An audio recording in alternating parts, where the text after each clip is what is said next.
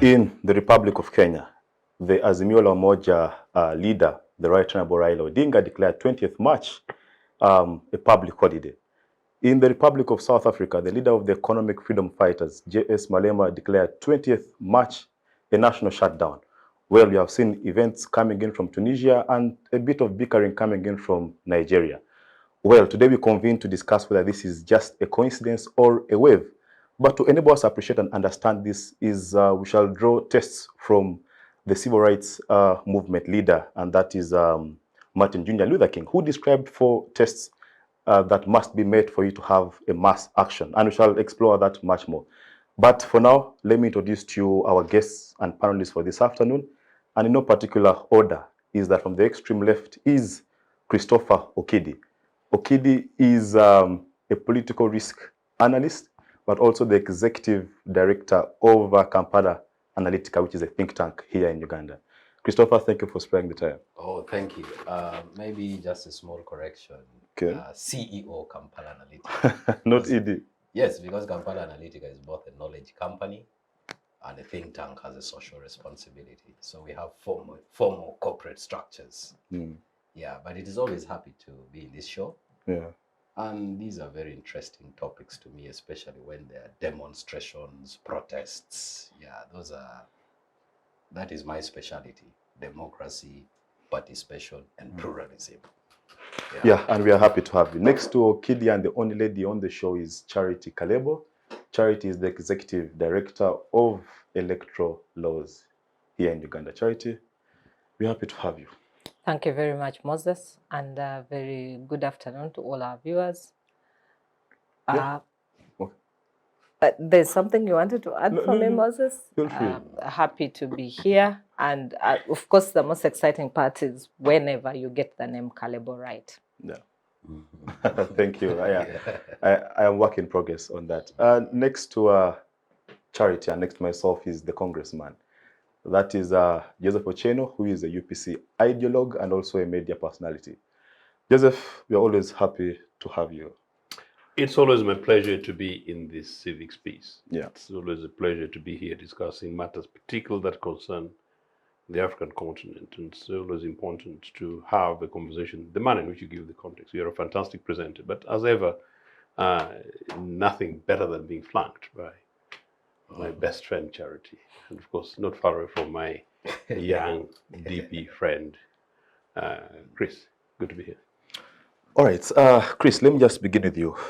Whether this is a wave or coincidence, I will leave it up to you to tell us. But I would appreciate if you did your analysis on the benchmark of what Martin Luther King said about mass demonstrations, that there are 4 tests. One is that you must demonstrate a reasonable level of grief. 1. 2, you must demonstrate that you have explored all options of engaging government, which include petitions and negotiations, but also your actions should not orchestrate any sort of injustice. But above all, is that it must be for a common good. So as you look at the protests across Africa, do they meet some of those expectations? Yeah, first of all, there is non-violent protests, and then there are violent protests. What Martin Luther King, the 4 tests set by Martin Luther King are about non-violent action, non-violent protest, which I think he adapted them from Mahatma Gandhi, because the ideas of Mahatma Gandhi influenced the ideas of Martin Luther King. And even when you read a lot of speeches by Martin Luther King or a lot of his writings, like a letter from Birmingham jail, his I Have a Dream, that very classic I Have a Dream speech, and even the drum major instinct, and even in his sermons, yeah, I think it is in the drum major instinct when it spoke about the mountaintop, but still emphasizing the need for non-violent action. So when we are to look at all these protests, these waves of protests happening in Africa, we need to also be very careful in how we characterize them, because that would then mean we need to look at them as a case-by-case basis. Because the Tunisian reality is different from the Kenyan reality. And the two are different types of states. Kenya is a democracy, and it is a democracy that everyone that everyone is proud of. While Tunisia is still recovering from the wave of the Arab Spring, and they have still not yet established in their country proper democracy. In Nigeria, of course, Peter Obi is aggrieved about elections.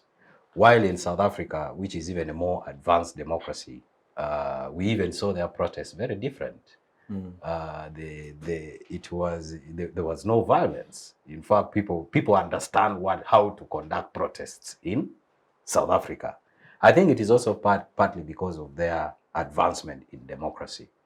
So when we are looking at generally these protests, we need to look at case-by-case basis. Let me now start with the next door, Kenya. I watched PLO Lumumba give a very frame the debate, you know, and I think his frame of debate was interesting. That Kenya is a democracy, and we know who is the legitimate head of government in Kenya, and we know the process, and court even pronounced itself. So to now lead a protest, that in fact the question in Kenya is now at what point does civil liberty become actually civil strife and civil war? You see, because rights, by the way, are very important. We need to have rights, but rights come with limitations, duties, and obligation. There is a school of thought that actually thinks that Raila Odinga may be committing treason. That what Azimio la Umoja is doing has actually veered off from within the province of civil liberty they are now into another terrain of a civil war. Because prior to that, the former cabinet secretary of Uhuru, Matiang'i, there were already accusations that he may be in possession of guns somewhere at his place. So even when you see, democracy is something we need to protect. We may disagree. In Uganda here, all of us really fundamentally disagree with Museveni that he has completely failed to manage the state.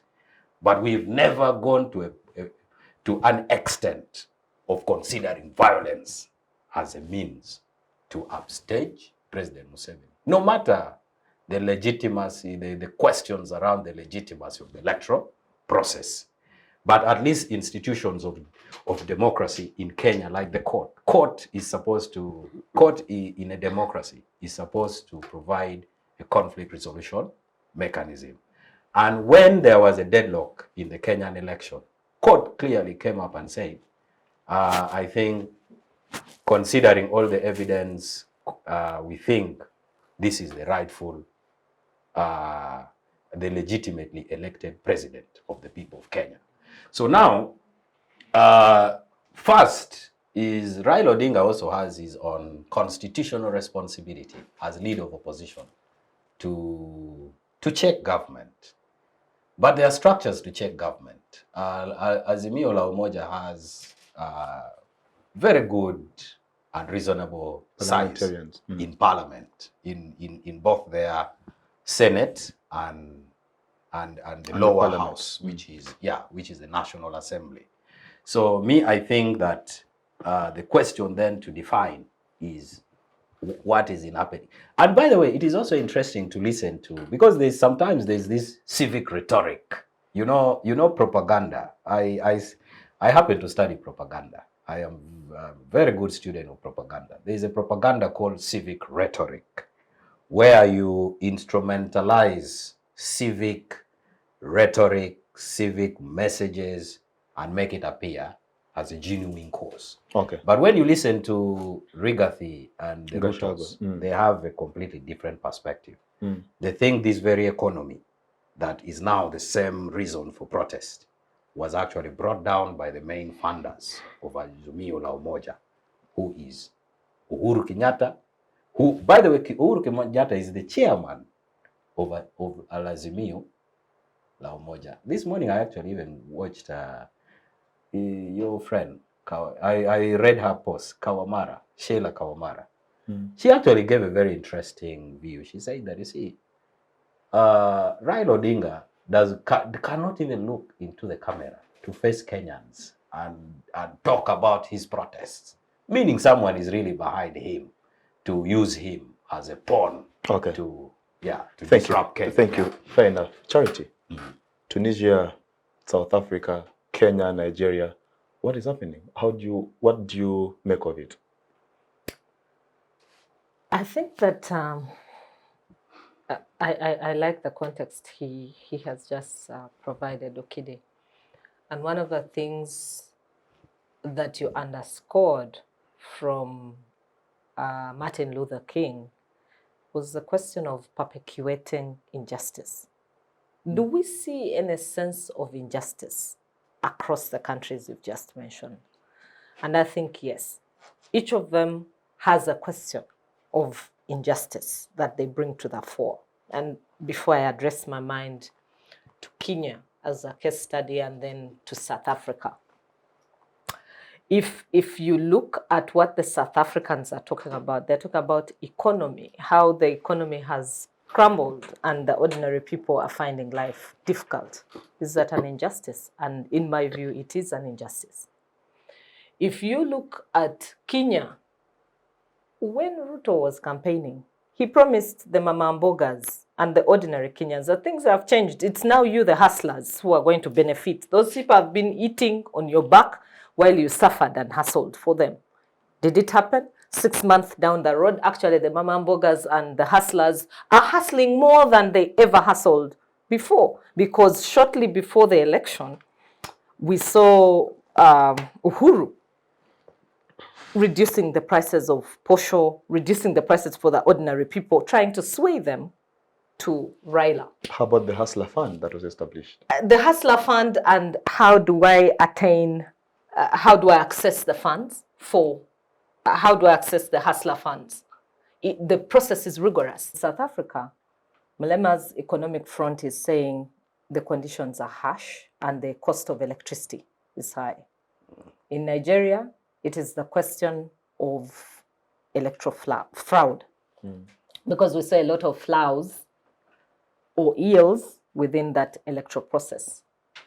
And the Nigerians were not too happy that a very old man had become president of Nigeria. Actually, the pictures that came through with him sleeping, yet another old man becoming our president. And it's the question of winner takes it all. It's an African question.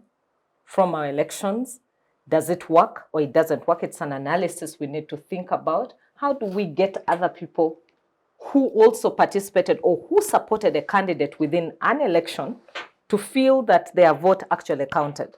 Because at this point, when the winner takes it all, it's like you guys are all trash. Whatever you thought, your ideas which you brought on table, they are no longer useful. They can't count. So when do you make those ideas count? If you look at Kenya, Kenya has a lot of political sentiments around them. And I think that Christopher here says, let's look at case-by-case basis. Kenya has the Kikuyu who, even during voting at some stations, Kikuyu absconded from voting. Now, their absconding did not mean they are not interested in the politics of Kenya. And if you will notice how the Kikuyu work in the Kenyan context, they feel they are always at the table. They are the ones who either call the shots or they determine everything that is happening. So for them, being vice president is not comfortable enough. They are always either president or they are having a key position that they are leading ever since the 20 years of Moi. So right now, we can't tell too well after 6 months of Mama Mboga having been told, your lifestyle is going to change and the economic condition is only getting worse for the ordinary Kenyans. Then there's a lot of changes in civil service. And these things were bound to happen because when you become president, you have to appoint people who are aligned to your thought process. We had a court case. We had results announced against bated breath, and we can't be sure of who actually won that election, because there was talk of servers being adulterated. The IEBC itself was divided on who won. We had a chairperson saying it is Ruto who won. We had members of the IEBC saying, no, those are opaque results. And we had them sacked immediately after Ruto has been announced. And he is constructing an IEBC without consulting all stakeholders. And to Kenya, these things matter. Raila has been in the opposition the longest time ever, and he tells you every reform that has come in their democratic space, he has contributed by either being locked up or pushing for a change. And it is true. So right now, should he sit back and watch all the gains, the democratic gains go down the gallows, or should he push back? But isn't part of democratic gains accepting electoral results? But we are in a democracy, and whatever I have done is to get to this moment whereby I lose and honorably accept. And I think that is where he started. At the beginning of when the results were now announced, he did not outrightly reject them and say, now let's go for protests, because they had a chance. And remember, that time Kenya was too delicate. At that time, the temperatures were too high that calling on a protest was going to draw them into blood immediately. So he chose the option of saying, okay, let us go to court. So they went through the whole court process. But even when the court process ended, they still had these things of where they kept thinking it might not be so true, everything that happened in court. Now, in terms of legitimacy, we must accept that when there is a legitimate government in place, you can only wait for the next election to happen. But their constitution allows for them to protest, just like South Africa. South Africa, I like the way Ramaphosa put it. He said, we fought to get space to protest. And it is embedded within our constitution, and it is our constitutional right to protest. However, we shall not cause discomfort and take away the rights of those who choose not to protest. Now, that is where the delicate balance is. Those who choose not to protest and those who choose to protest over an issue, how do you handle the two? He says protests are accepted as long as they are not violent. Mlema on the other side says, Julius, says they are not violent. And in fact, whoever tries to stop us will meet his maker, because he's the one trying to introduce the violence into the protests. But if you look at Kenya, so for Kenya, the protests that we saw on Monday, the people had said they are peaceful protests. Unfortunately for me, I think the call that Raila rallied his people around was the wrong one. The one of saying, we go and take over the government. State House, yeah. Yeah, we take over State House. It is an illegitimate government. That was wrong. That's treason, actually. Because the government is legitimate. It was elected. 2, we went to court, and there's a court process that was followed, and there's a ruling to that effect. So there is no way you can call it illegitimate. That government is legitimate. But are the issues he's raising, are they legitimate? That is the other question. So for me, I would have been happier if he said, let us protest over the issues that are affecting us as ordinary Kenyans. The cost of living has gone up. There is tribalism, correct. There is changes in civil service that is affecting the way civil service has been run in this country.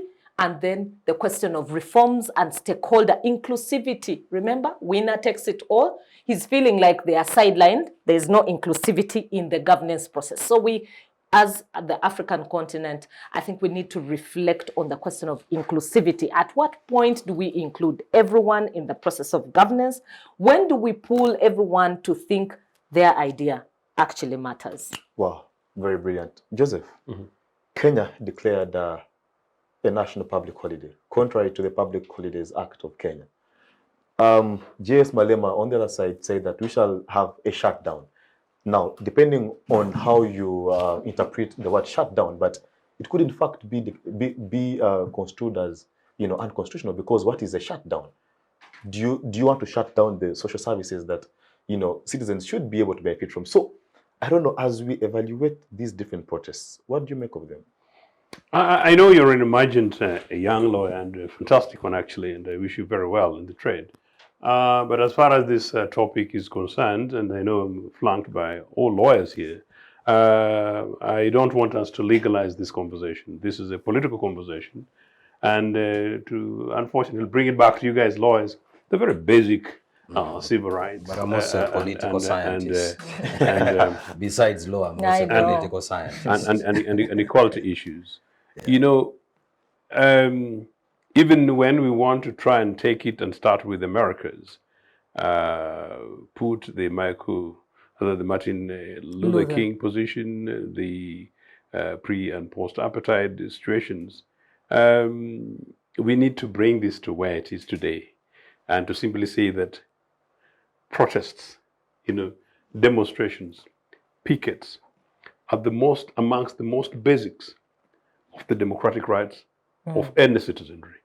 In fact, they should be so fundamentally embedded that any constitution on the African continent, and I'm an African, that does not have it is a dubious constitution.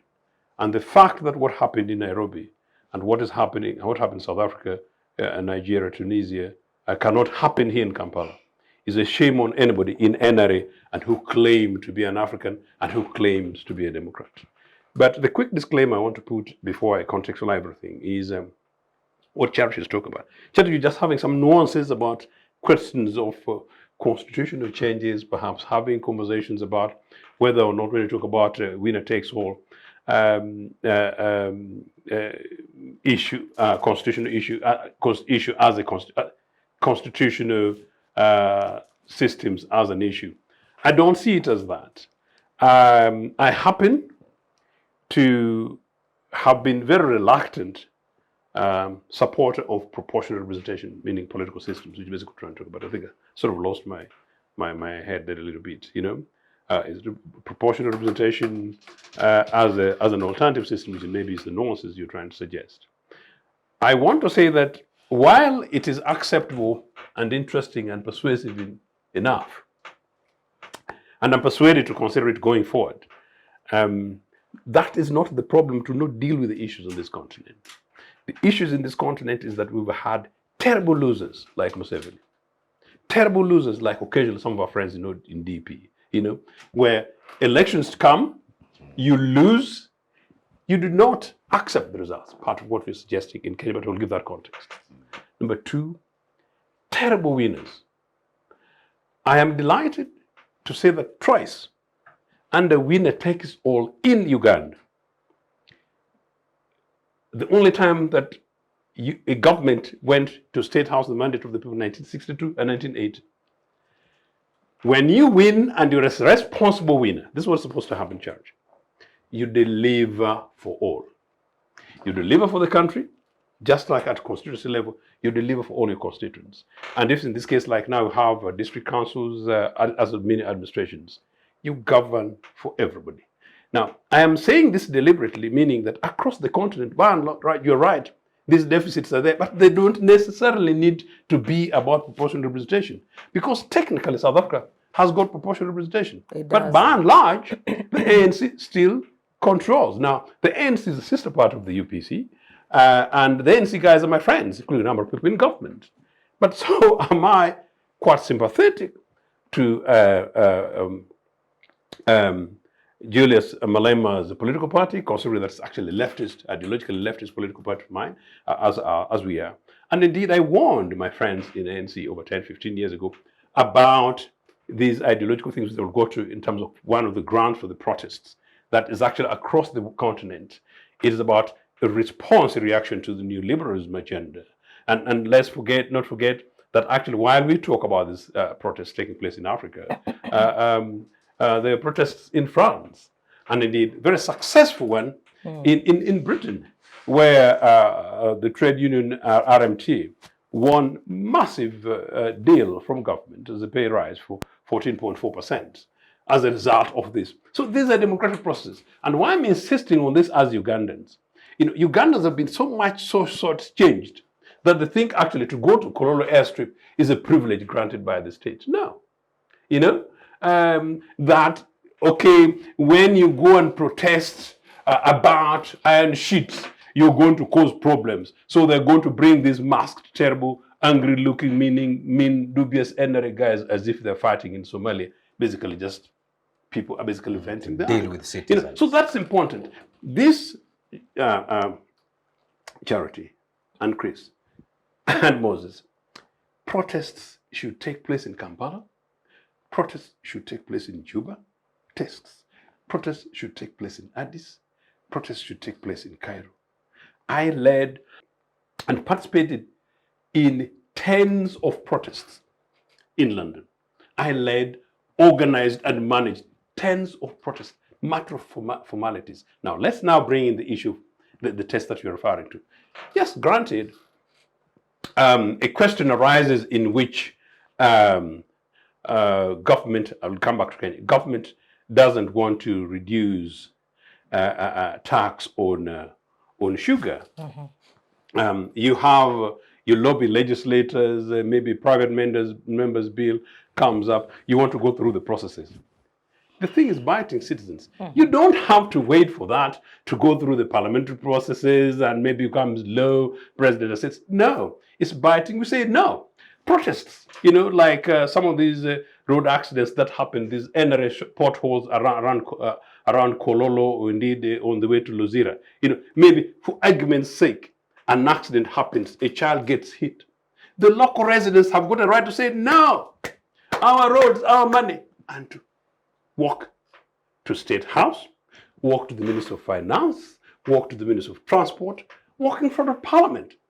These are things that should be a matter of course, and because they don't exist in Uganda, this is a dictatorship, and Museveni knows it.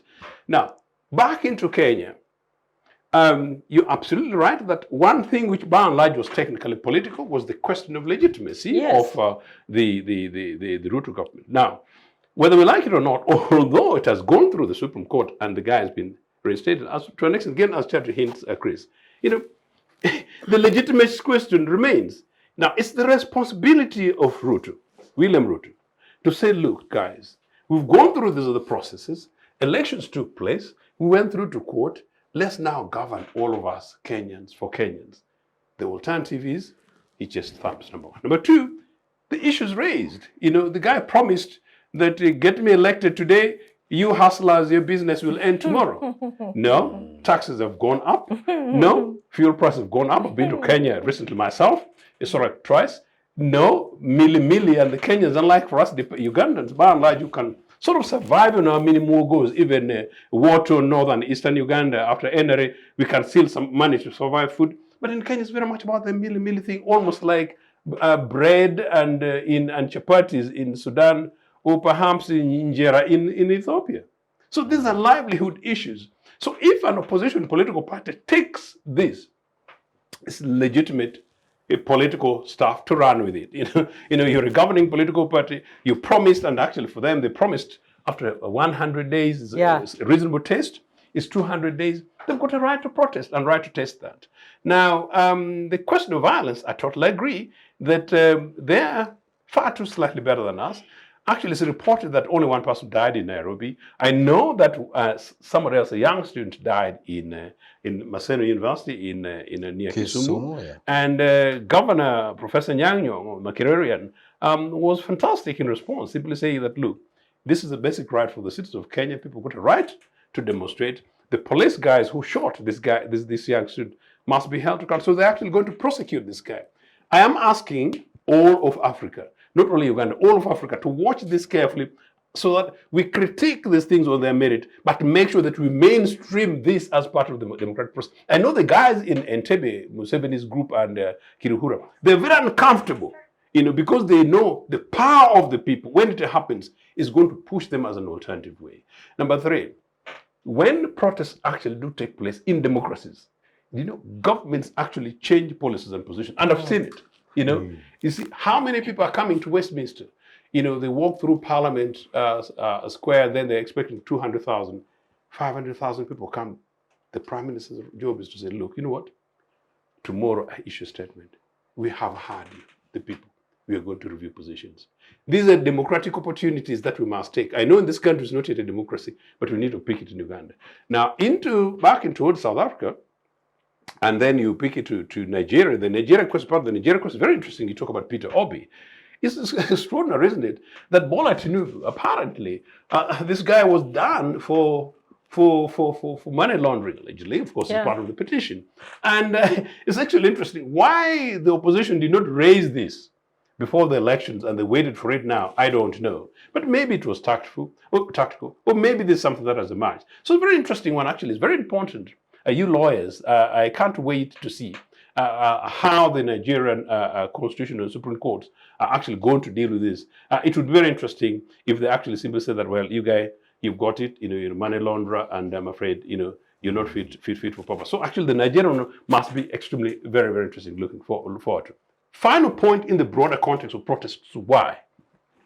I think the age of neoliberalism is coming to an end, and right-wing conservatives, and I hope DP is not, who believe in profit-driven economies should review their positions, that what people are doing at the moment, because about cost of living, it's very much about high taxation. Part of I was looking at some of the latest on economics in London, financial systems, and they talk about Shell prices have doubled, BT, British Telecom, doubled. All these big corporations' profits doubled. When you go to billionaires, the number of billionaires in the last several years have trebled, billionaires in pounds, and yet wages have remained stagnant. Meaning that if the majority of the citizens of this world need to take control and own, it's their job to say, well, it's failing us. We do it through elections when it comes, national elections. We feel it through local council elections. We feel it through by-elections. We feel it through writing individual letters to our legislators. But when it's actually a matter of policy, those things will not change. But when it comes to a particular major issue like the war in Ukraine or something like that, citizens have got a right to mobilize and organize and say no. In Uganda, I cannot wait for people to mobilize and say, we want our NSSF monies back. We want this batch of NRA regime ministers to resign. We want Museveni to reconsider his position. We want fresh elections now. But most importantly, our Mabati now, or you guys go. We need to be able to organize. Can you and I work on this, young one? But Joseph, can I just offer a little information before we move back to Chris? If you look at how much the protests in Kenya cost them in terms of money, I'll respond. You then begin to understand that, you see, but you have the data to respond. Protests per se are not the solution to every political disagreement. That is why even you, from a democratic perspective, you push for dialogue sometimes. Dialogue doesn't work 100%, and you know that. So we have tenets, we have principles that govern democracy, and one of them is tolerance. Okay, and for tolerance to happen, then you push for the button of dialogue, but you can also push for the button of protests. And we are saying that for you to protest, and it's true, even Uganda, peaceful assemblies are accepted in our constitution. Is it? Okay, good. The constitution, I said the constitution, I did not say that the government allows it to happen, but the constitution provides for it. As long as it is there in the constitution, it means it's something we can always agitate or push for. Now, in Kenya, it is also there. They are allowed to protest. But at what cost? When do we, and for me, the question of legitimacy here stands strong. They went through a court process. Somebody was elected. Yes, the temperatures were high. There's a lot of doubts that happened. And true, an audit should happen. For me, I support him in as far as saying, let's have the audit and let the audit tell us what we missed in court. Let the audit tell us what the other justices were saying. Two, the question of inclusivity. That remains central. The protests in Kenya, I have to respond to this, and I have to respond in detail, because since we're having this conversation, it needs to help the viewers in context. Forgive me, even if I talk less next. The Kenya protests, among others, when you talk about the tribalism question, one of the things that was not mentioned was the fact that up to 50 county administrators were appointed by Ruto against advice. Yes. To the extent that even the clergy had to come up. But number three, Ruto, his vice president and his prime minister, had apparently, the other day I saw an estimate of They changed even the parliament. Their cars and things like that. Worth, I think, 1.5 billion Kenya shillings. That's a lot of money for privilege for only 3 individuals, while people are backing. You don't see that happening amongst many things and then say, let's wait for the next 5 years because they're elected. They'll keep screwing, and I'm using this, screwing the citizenry. This ruling class privilege must stop. Now, but number two, that is why on this continent we need not only responsible leaders, leaders, meaning winners, That's okay. but we also need responsible losers. On this occasion, what do responsible leaders do? So what has Ruto done to address many of these things, including cost of living issues? Now, the cost of protest, this is what governments do. That's a very important point. Yeah.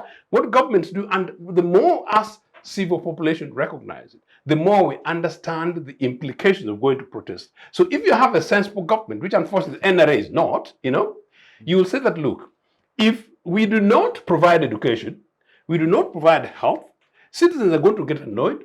We are corrupt, and then Museveni, like the other, if you don't, if you touch those corrupt people, my regime is going to fall, my rogue regime is going to fall. If we touch this ancient thieves, I'm going to be in trouble. And yet the iron sheets are intended for people, some of the which are children and Charity, you're a woman. The Karamojan people for whom this money is intended, we have children, mothers, 14-year-olds with children in the streets of Kampala. These are things that we are trying to address. And a bunch of privileged lords, some of whom have been ministers for 30 years, steal these iron sheets, and Uganda's just watching like this. No. These things demand for process. Now, when people take position like that, you can't blame the people. But now, when you're an elected president, like Milton Obote would, like a future UPC president would do perhaps, it's not Ochieno, but and one Ochieno is involved in, you say, look, if we don't deal with this, the implications are this. You see what I'm saying, Charity? Unfortunately, on the continent, generally, by that I'm trying to generalize it, we don't have enough of those leaders. Because I said, the nearest in South Africa, where President Ramaphosa says even the right things, I actually think yes, the ANC, he did. The ANC does not respond sufficiently to the underlying issues of poverty and inequality. And that's why EAF and Malemas continue to prevail. The questions of corruption. Many of these guys walk, and I said, these are my colleagues, economists. They swim in huge dollar privileges against the average citizen of Soweto. Now, so the burden of responsibility lies with these people rather than people who demand to use the only thing that they've got in their hands, which is protest. I believe protest is as legitimate and must be a vehicle available for us today more than ever before. And if anything, we need them in Uganda more urgently. Do you know what? The worst to protest is what Museveni did. The guy loses elections, instead of going to court, goes to break the necks of our people in Luwero. Those are the ones who be condemned rather than people coming to the streets of Kampala and say, we demand not only for our rights, but we demand to show evidence of either rigged elections or open up servers in Nairobi. Chris, I want to bring you back in, and perhaps we could get back to the context of Kenya and South Africa and the rest. Is that, do you think that these opposition leaders are trying to settle political scores by capitalizing on an economic crisis? Because I asked myself, if Raila Odinga became president on 20th, would he have addressed the economic question, for example? Because we know that there are global factors that these economies are actually facing. The Russia-Ukraine crisis has, ever since begun to spiral higher. So do you think these governments are being judged too harshly? And also, do you think that the opposition leaders are taking advantage of a crisis to score political points? Actually, you can tell from the speech of my friend Ochieno that it is really just an advantage that the opposition wants to instrumentalize this global economic situation. Because what Ochieno said. I'm just a leftist. Yes, I know. I'm coming from the left. Yeah, I'm responding to your left argument. Yeah. Because your speech, by the way, on this show is not any different from what Putin or what Xi Jinping told Putin yesterday. Which is fantastic. Thank you for upgrading. Yes, yes. Because yesterday actually, Putin comforted. Like Putin is already a candidate for the International Criminal Court, and yesterday, and he was visited by his friend, of course, his shareholder in the Eastern Pole of power. Yeah, that is Xi Jinping. And Xi Jinping, and I've read, by the way, Xi Jinping's writings and his books and what. His diplomacy is very subtle. But yesterday, he did not use subtle diplomacy. He was very open to Putin and told him the world is changing and changing for the better. You see? Now, of course, it is still the same thing that Ochieno was attacking neoliberalism. You see? Yes, so when the Eastern Pole is saying the world is changing and changing for the better, it is an attack on neoliberalism. Which has failed. It is an attack on neoliberalism. So Ochieno, meaning Ochieno is actually speaking like Xi Jinping and Putin. Now, and yesterday, actually not yesterday, since 2013, China has actually been ahead of America in terms of GDP per capita. But IMF already confirmed officially that I think in terms of GDP per capita, GDP purchasing power parity, China has already overtaken the US economy. Meaning, when they talk about change in landscape, they are actually saying a new world order is emerging. And that new world order is against neoliberalism that they talk about. Unfortunately and sad for them, I don't think they will successfully upstage neoliberalism, because neoliberalism has transformed for the better. You see? Even when you accuse capitalists, conservatives, these guys have since left you already in your own disagreements with them. They've transitioned into more better policies and programs that address the plight of the common people. And this is what we call social market economics. Social market economics. That, the interests of the business class and the elite matters, but also the state must serve the people. We've actually moved away. Well, just a change of Yeah, what? we've actually moved away. Just a change of what? All they did was to basically mainstream the political left in the middle. middle. I never interjected.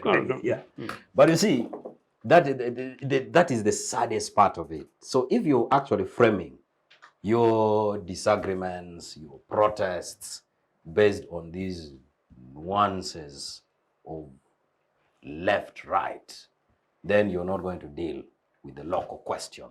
You're just going to put your ordinary local people as pawns in the global game, in the global chessboard. But that's what we've always been. You're going to put them, you're going to make them pawns. No, Chris, if you don't mind. Can I just... you see, you're going to invite a proxy war on the continent. You're going to invite a proxy war on the continent, and you're going to even make the lives of the people so harsh, you see, and so sad. We know really liberal thinking as actually, even peace building frameworks on the continent is on liberal peace building. 1, economic reforms. 2, institutions of modern state, building institutions of modern state. And 3, democratization. You see? So you think these are not good principles that should carry on in the New World Order, as you allege? No, this is the point. Yeah, so, but anyway, that is not my point. To address Moses's question on, are these economic conditions not really being instrumentalized by bad losers to engage in all these political? One thing is, as Okidi, I am a Democrat, how do they call it, 3-1-1. In fact, I would love to see protests in Uganda every day. Good. And I think on this platform, I may be the only one who led protests. I did too. Yes, because I led probably Africa's very second true. biggest Very well. youth organization, the Uganda Young Democrats. And for your information, even if you don't know, Toji Kwatako, the genealogy, when you follow the genealogy of Toji Kwatako, you'll find that Okidi is at the center of originating it. When I graduated in 2017 from UCU Law School, and it coincided with the death of our former party president, Sebana Kizito. We went to bury him in Kalule in Luwero, returned from Kalule in Luwero and sat at London Chambers, the UID offices. And then we said, in Uganda, there are two issues. Article 102B and land. Even Besigye had gone ahead to talk about, to even launch a campaign called the My Land, My Life campaign, which never kicked off. For us as UID, we sat down and said, what are we going to do? We said, no, the land can be addressed by governance. So let's deal with Article 102B. That's when you notice that when I addressed the press conference flanked by UID, when Abiriga was actually saying the state should arrest me. Our thing was Article 102, hands off 102B, English. Then when it went to when DP NEC was now ratifying it, they said, let's give it a Luganda version. And that is where Toji Kwatako came in. So I believe in protests, and I love protests, and protests are possible in this country. And I don't want leaders to, you see, I come from a tradition where I have been told to be responsible enough to avoid excuses and blaming others for my inaction. For me, that is where I come from. That if today, tomorrow, Okidi wants to go and demonstrate at City Square, I will go there tomorrow. It doesn't matter whether I will be arrested or not. Of course, I will be arrested. That when you're going to demonstrate, you need to know that arrest is also a possibility because you're contending with the police.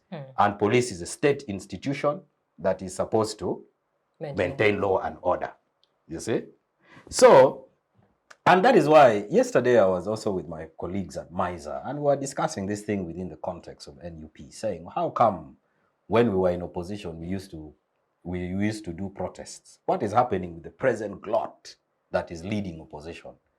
And the argument then that one of the students at MISA told me, he said that I think the context has changed. It is more of oppression. Then I said, man, let's be responsible enough and avoid to create self-defeating excuses.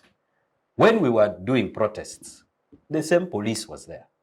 The same Museveni was there. You see?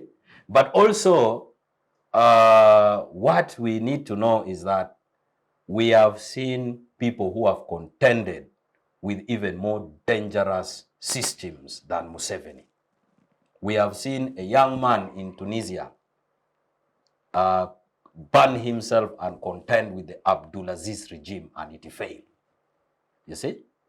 We have also seen ANC deal with a more repressive regime like apartheid. You see? We have seen the black people in the civil rights movement, the Webb Du Bois, you know, Martin Luther King, Malcolm X. They were dealing with, first of all, even structural violence. Because if you're now being, the injustice is now about the color of your skin, about your gender. That is now structural violence and more complex that you're dealing with. But how come they succeeded to create a new order? They succeeded because they never gave themselves excuses. But also they succeeded because they were strategic. The question then is, Joseph, can you craft strategies of the weak in engaging the strong? There are very many strategies the weak can use to upset big regimes. If, for example, NUP say, we are not going to, actually there's this one strategy has come into my mind. It is called foot dragging, where you behave as if you're complying, whereas not. You can even withdraw and say we are not purchasing commodities from this particular group of people. Because if, for example, if now the issue here is that there is no enough money. The economy is not doing well. The question then, can we engage? Can we engage these people? Can we engage the people on some of these injustices? They're injustices, and you don't have to just tell us excuses. Man, I have lived in an IDP camp in northern Uganda. I've seen the worst of Museveni. It has not stopped me from contending with Museveni. Whereas Ochieno was in UK eating sausages which city were you in? That is actually not funny, but carry on. No, but you don't. No, but it may be a joke. But be kind enough. No, Chris. Anyway, I'm joking. No, I'm joking. It's a joke. But just to make sure that people don't think it's a joke. People don't know what I went through with Museveni in Uganda before eventually escaping into exile. People don't know. And that's why I actually find it about IDP. It's okay. When I actually consider what has happened in this country under Museveni, I knew it as well as many other people. Yeah. Okay, let's but you see, to give justice to your question, the question of instrumentalization. Now, following from what Charity has given, and I think Charity is probably the most independent person on this show because me and Ochieno have our own perspectives and views on this thing. But she gave a very good, she was talking about inclusivity, inclusion in the Kenyan state. The Kenyan state project, is it working for all Kenyans? For me, I think that is actually the main contest. Because if Kalonzo Musyoka, who was Raila's right-hand man, right-hand man, is talking about ethnicity. And by the way, look at the election map of Kenya. I want people to interest themselves. That is, in fact, actually, even the election map of Kenya is even interesting. It just shows you that Kenya should have actually been Uganda with guns. Yeah. You see, like the only difference with Kenya, and by the way, I have traced Kenya back to their constitutional conferences. While for us, we had only 2 conferences in Marlborough and Lancaster. Kenya had over 3. Even Kenya and Tanzania, meanwhile, had 3 conferences. For Tanzania, it was all done in Dar es Salaam. Ours were in London. Yes, even Kenya. Yes. By but you see, UPC people. Yes, but you see, Kenya. We did it for you. But you see, Kenya's founding and constitutional process is why Kenya is this beautiful democracy. Because those guys discussed very seriously the Kenyan state. Ngala, Ronald Ngala, and Moi. Remember, they were in the KADU. For them, they were very open and say, if Kenya is a republic, we are not going to benefit. Because the Kikuyu, Luo will always ally to dominate the rest of us. And that is why they said in the Constitutional Conference that they needed a Majimboism system. And Majimboism is now what they are calling devolution in their 2010 Constitution. Now, what did devolution do? Devolution dealt first with the question of dispersing power. You see? The center. Yes, power from the center. Because the contention is, of course, power inclusivity is very important. Because if there is power, you know what comes with power. You see? So that inclusion is also important. So the contest, therefore, is how you just continue with the state project? While for us, we are just seeing you guys. Whether you like it or not, Ruto is a product of Kalenjin Kikuyu alliance. He is. Yes. 100%. But remember, Ruto has also allied with Raila, and it ended up in election violence. When, in fact, Ruto actually is the swing state, is the swing in Kenya's politics. Even right now as president. He is president, but he knows his presidency is anchored on a group, because he knows Kalenjin alone do not have the balance of numbers Exactly. to become president. Exactly. So he had to ally with Kenya, rather with the Kikuyu. Yeah. Last time he allied, when he allied with the Raila, the country ended up in post-election violence. The commander-in-chief, who was Raila, did not end up in the ICC. Why? We also need to interrogate that. But the commanders, in fact, the principals, Mwai Kibaki and Raila Odinga, because they signed some kind of framework. The pact. Yeah, the pact. For them, they remained in Nairobi, enjoying the pact, while Ruto and Raila and Uhuru, who were their commanders, ended up fighting in the ICC.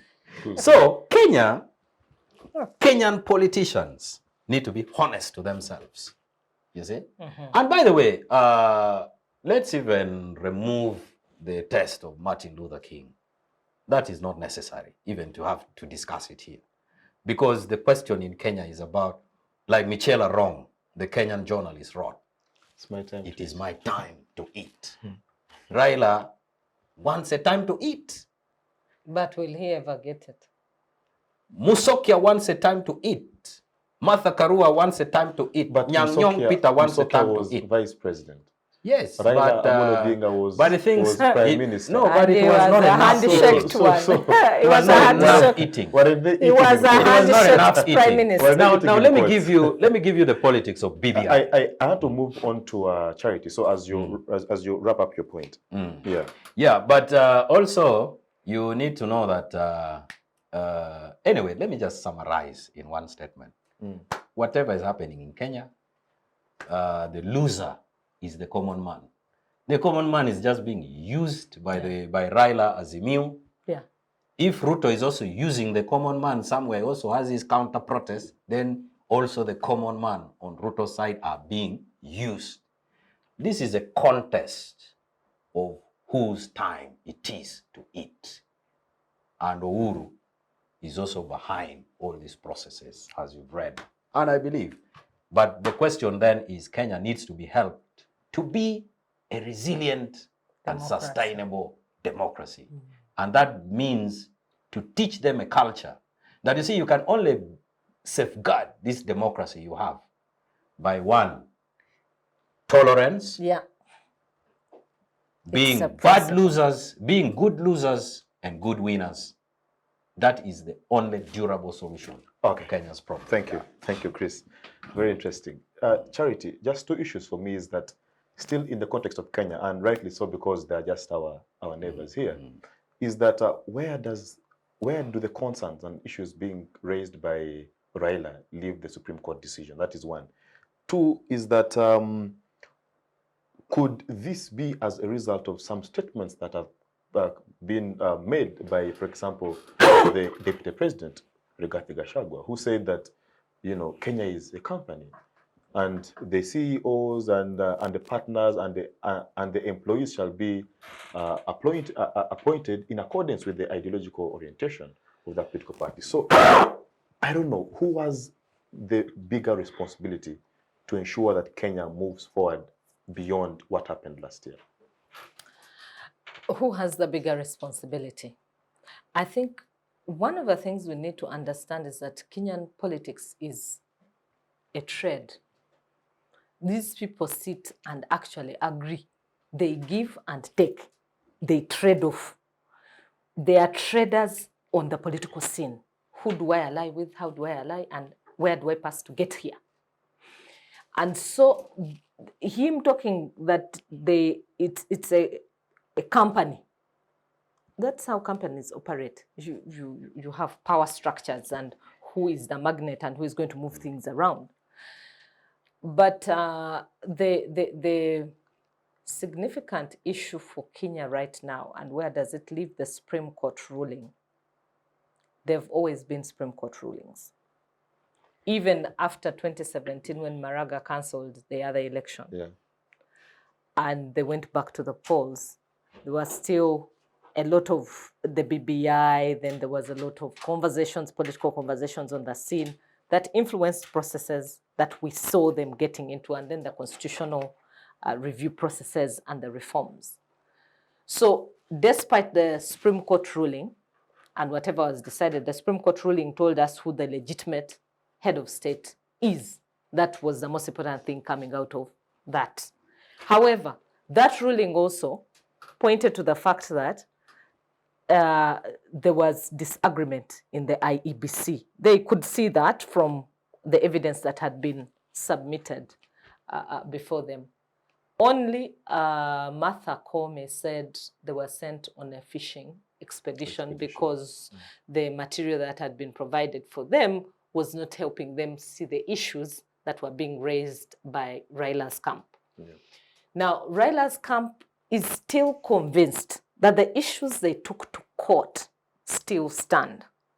You see, as much as Kenya has attained a certain level of democracy, it is not 100%. They're still struggling with their own democracy. And this is when he talks about supporting them. They need to go back and look at the tenets of democracy. The principles are clear. When there is one that is governing, yes, we have a next election that will come.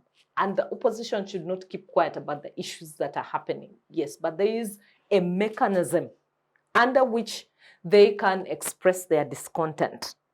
And so the Supreme Court ruling can go on as it is. Raila is saying, for me, I will also continue to agitate for these electoral reforms to happen because we cannot allow tribalism back into Kenya. We need a civil service that works for all. And that is very important. One of the things we're caring about in Uganda is the whole question of our institutions have died. And we cry about institutions dying because of sentiments of tribalism. Kenya has, on the other side, galvanized their institutions. You see their courts working. You see their parliament trying. I really say trying because the lower parliament sometimes just becomes a shouting campaign and you don't know what you're following. But the upper parliament thinks through the processes. But we have also seen a reform on that parliament. You saw Ruto sitting with his men and deciding that certain things will not go through the bureaucracy of parliament. It's now going to be cabinet that will decide. And now when it gets to that level, inclusion is again being curtailed. And we are saying inclusion is critical. Why? Because the member of parliament represents the ordinary Kenyan. So the Kenyan who sent them there still believes their voice will be heard if as long as that member of parliament is in the house. But if it is now going to be a question of cabinet deciding on critical matters without the parliament on certain issues, then you're excluding us.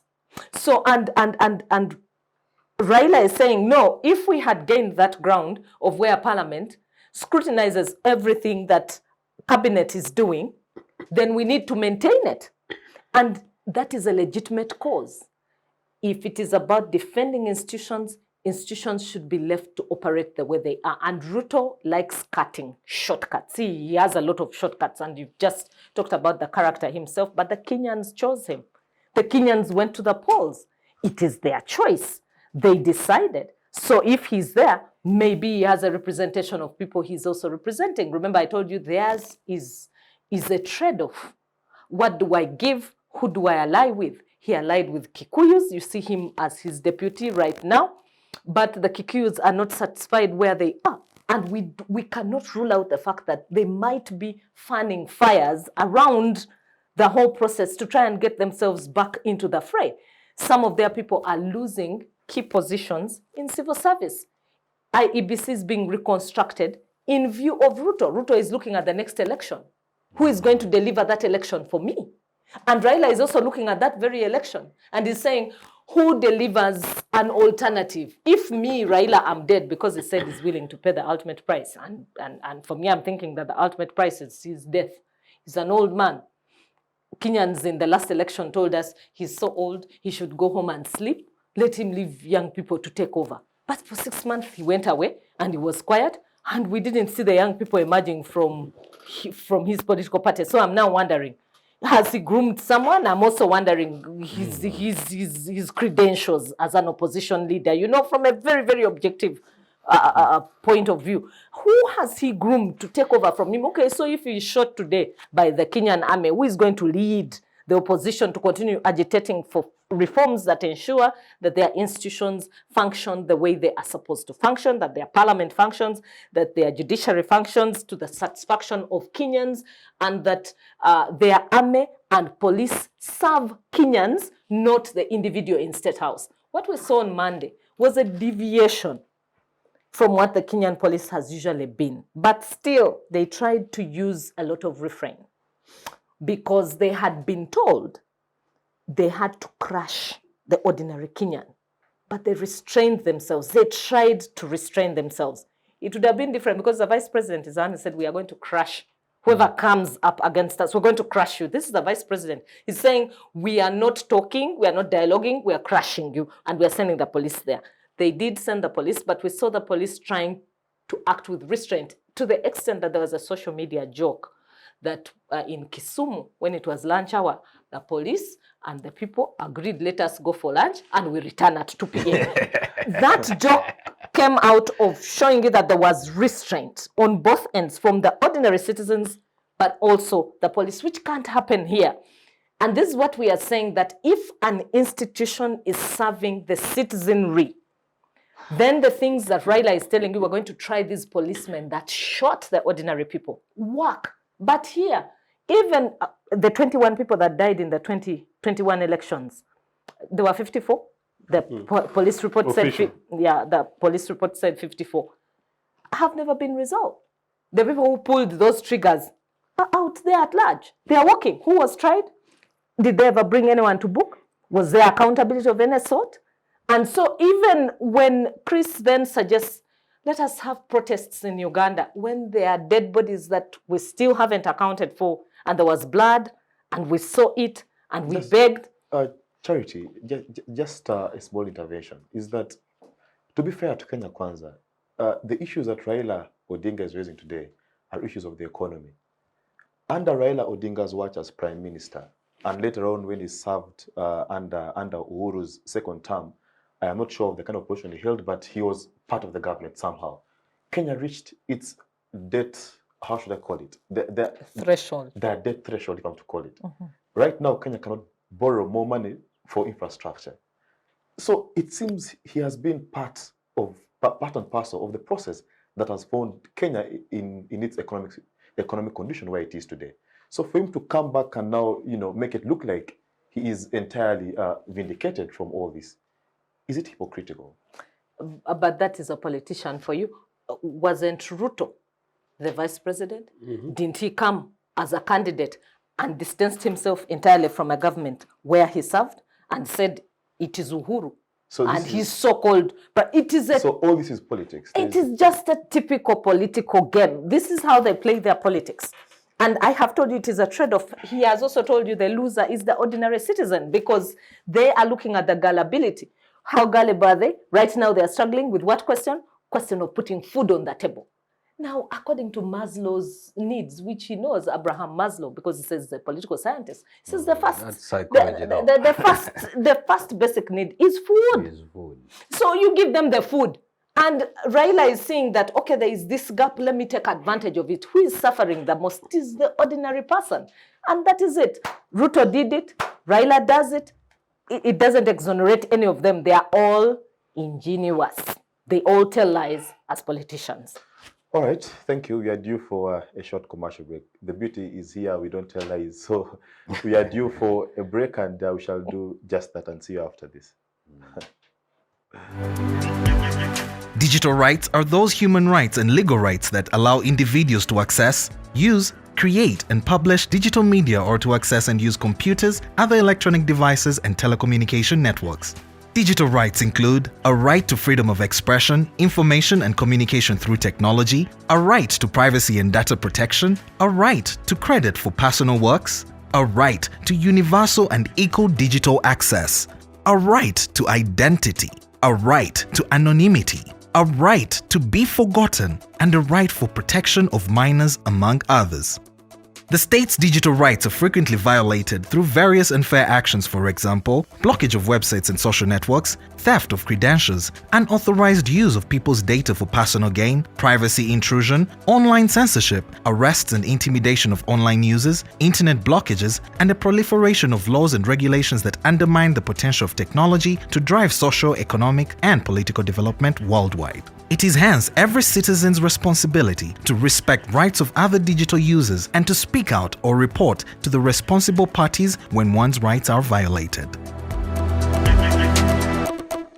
We'll be back from that short commercial break. Joseph, just to begin with you, do you think that there are some underlying issues? Do you think there is more than meets the eye in all these demonstrations? For example, if you look at Kenya, I don't know if they have a substantive and well-constituted IEBC.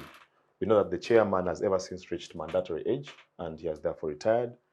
Some members of the commission are under investigation. There was a committee established some time back to look into their actions during the electoral process. So I don't know where we put the IEBC in all this, but do you think that it could be one of the underlying fears that the Azimio la Umoja camp is trying to grapple with, that you have an IEBC that is not well constituted, and therefore this leaves floodgates for Kenya Kwanza to, do as they wish, to manipulate and appoint as they want? Already, those are the many complaints, accusations, and allegations being made not only by Azimio, but by a cross-section of Kenyans. As I said, I was in Kenya recently, and I met a number of, by the way, fairly middle to upper middle class professional Kenyans, many of whom are possibly fairly political, but many and most who were very particular that they want a democratic Kenya, free Kenya, and who would be very critical, objectively, from on both sides. And so the question really is this, that Kenya, having reached where it is, which is very far from where I found it when I finished my O-level after a UPC victory in 1980. I did my O-level and then attended waited for my results from Eldoret in Kenya. At the time, the only person who could speak from the opposition voices was Raila's dad, Jaramogi Oginga Odinga. So Kenya was terrible. So this Kenya state has come from very far. That's why I'm trying to tell Ugandans, have hope, keep hope, but don't leave it to Bwana Jesus. You must take it on yourself. So I think part of what Raila and co are trying to do are to say in part what my colleagues have said, in particular Charity, that look, I have seen where these things are. And for Raila, as I understand it, beyond his self-interest, he is genuinely committed to a building of a Kenyan state, the economic society, which is free, independent, and by and large democratic, and where institutions work. And most of the works have really been as a result of some of his, rather in many cases, lonely, almost as lonely as his dad was in the 80s and early part of the 90s, where they joined with others like Kariuki and the Mudavadis.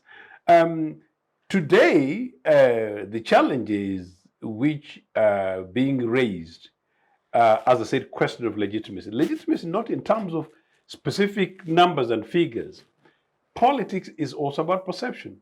The idea that Ochieno, you won in Gongre, but we know you just about scraped off as a result of, kind of stuff, is not good enough. And that is why, particularly in nation states where there's polarization, even where there has been no contest, and a leader wins with, say, 50.3 and the other one 48.9 free, and they come and hug.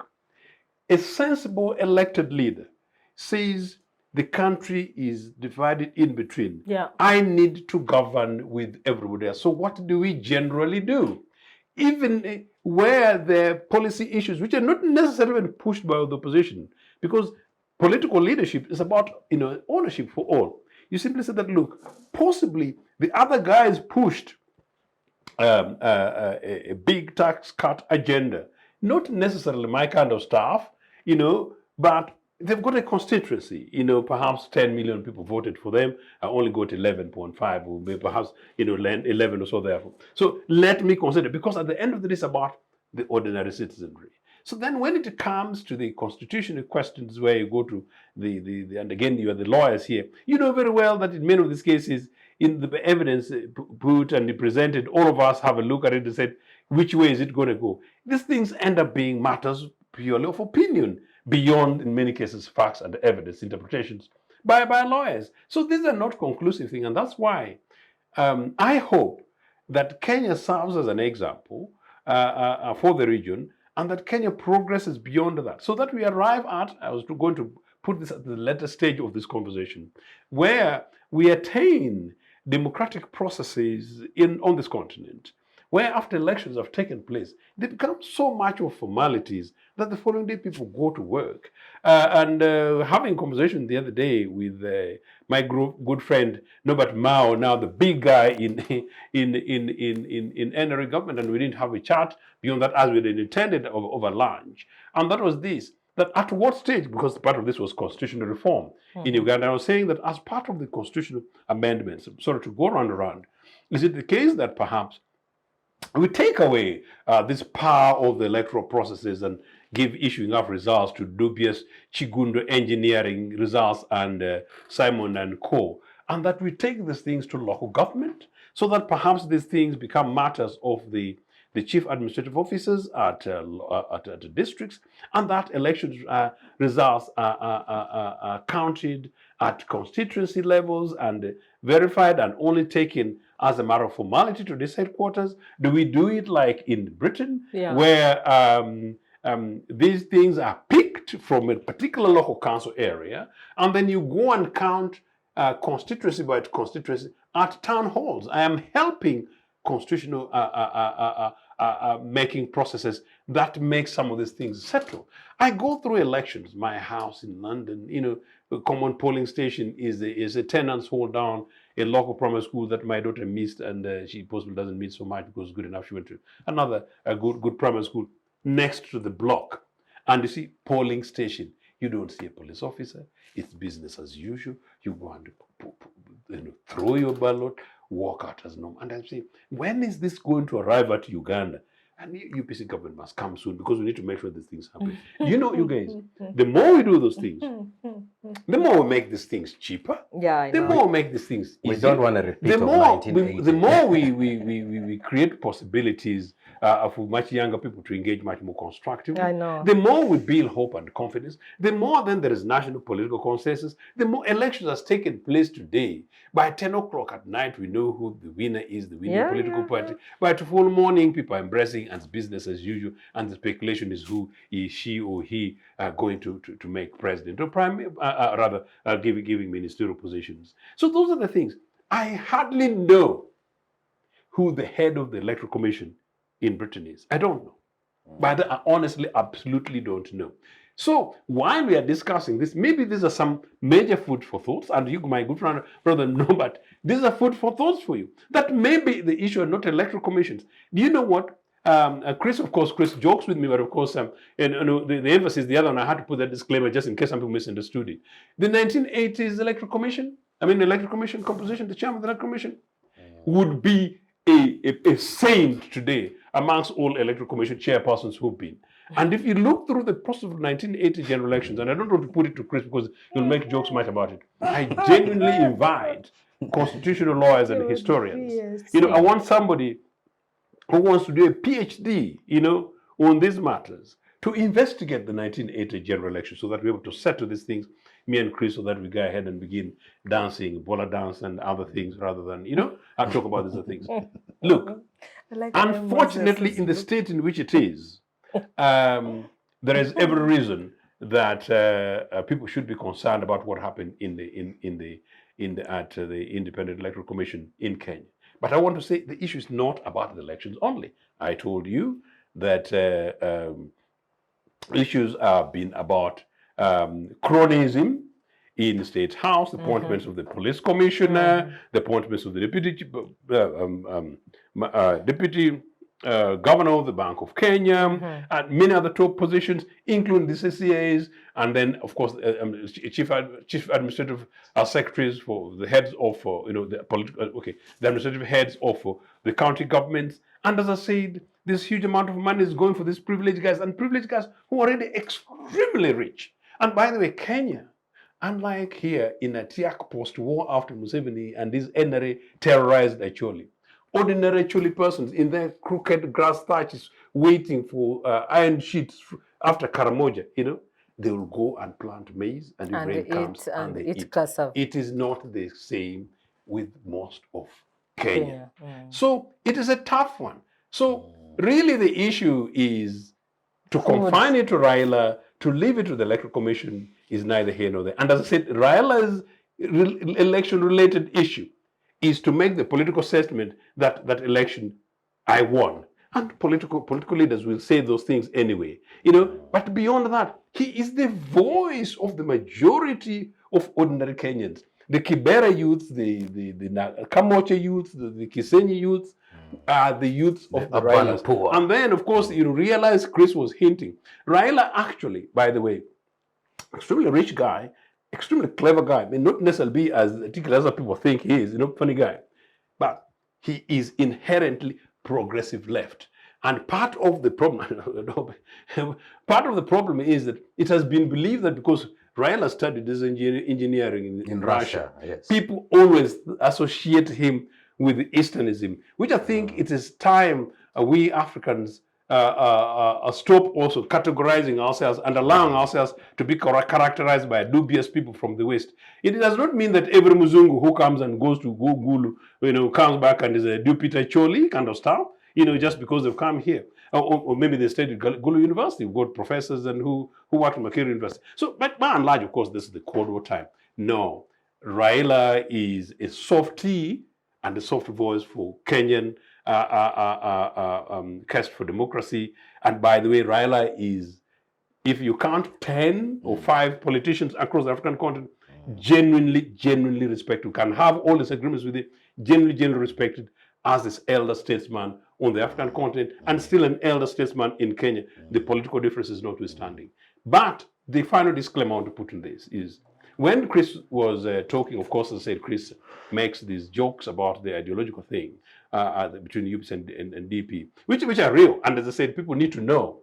And I'm trying to encourage that politics in Africa should become politics of issues, politics of ideologies. People should belong to political parties and organizations knowing what their values are. Now, why I was trying to talk about the ideological left, and I was helping this debate about what's happening, I was saying, look, neoliberal agenda came in and privatized a structured adjustment program that Museveni's bosses in London and Washington instructed him to do, killed public services, killed our trains, killed our banks, killed our water services, and turned them into objects for profit. What is happening now, and that by and large happened across Africa. So what is happening now, and that's why I was giving it the ideological context, is that neoliberalism, while it has failed post this, people are beginning to realize that healthcare services, healthcare is very expensive, wages are not rising, in fact, there are hardly any jobs. Education is rising, privatized, but wages are rising, and we don't know where to go. Public services, unlike under UPC, I could take a train to Gulu, I cannot take a train to Namamvi. Public service, I cannot take a bus to Port Bell. Kampala is now, by the way, the second most polluted, they call it PM, polluted town, the top city on the African continent when it comes to environmental issues.